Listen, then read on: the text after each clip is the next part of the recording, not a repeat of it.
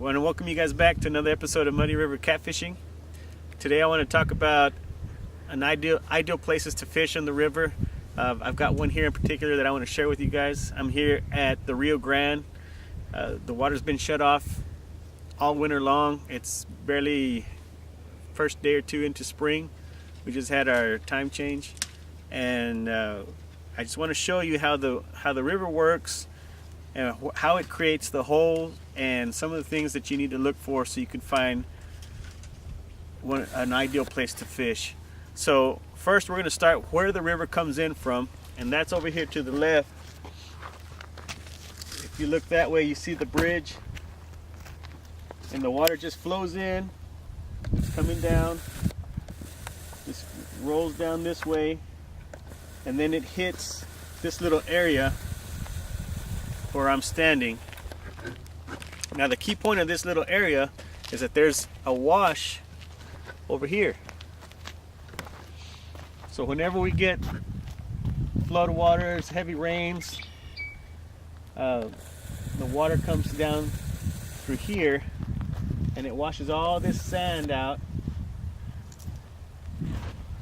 Washes all this sand, brings it in, and it deposits it into the river right here. So what this does is it chokes the river into this tight bend right here, and it carves out the bank on that side. That's why you see those sharp drop-offs, and it curves the water out towards that area where you see all those rocks. Now those rocks are ideal because that keeps the water moving faster. When you have fast moving water, that's what's going to carve out the deep spot where your fish are going to be. So I'm going to walk down there where the rocks are, and I'm going to show you where the hole is. So let's go check that out. Alright, so we moved down a little bit to where the rocks start creating that hole. Actually, if you look just up here, you can see the wet sand where the hole has already started. This isn't the deepest part of the hole, but it's the very beginning of it. Now if you look behind and you follow that embankment, that's where the water's coming along,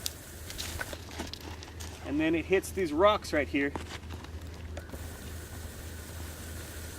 Once it hits all this rocky area, it channels the water and causes it to carve out what would be a hole.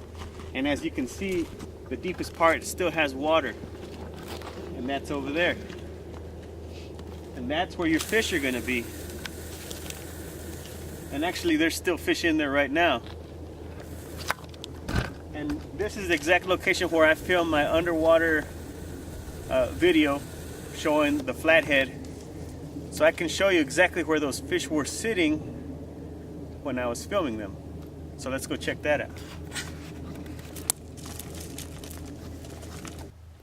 Alright, so we moved down. We're about center of the hole, and as you can see, the water where it started is over there, and the hole comes along here. You see all those rocks, and then it kind of makes its way to the bank, and you'll see those roots and small sticks protruding from the bank, and underneath there are actually holes where the catfish hide or nest, depending on what time of year it is. And all along there I actually saw flatheads hiding. All along this area here, same thing. And it was just random. I'd see one here, one there. But where I really found the most flatheads, and I'd say we're talking about 6 or so grouped together, was in that bush over there. So that bush, they were actually in the branches. And if you could see, obviously they're not on the bottom. They're I'd say maybe 3 feet off the bottom, just sitting in the branches. So when I set my baits out and I do a drop line or one of those yo-yos that I use, that's why I come up about 3 foot off the bottom, especially when fishing for flatheads, because like I said in the previous videos, that they're predators and they're ready to strike facing upward much easier than facing down. And I've had quite a bit of success fishing that way. There are plenty of other rigs out there. I'm not saying it's the best one by any means, but it's the one that works best for me. So, as always, thank you guys for watching, and we'll see you guys next time.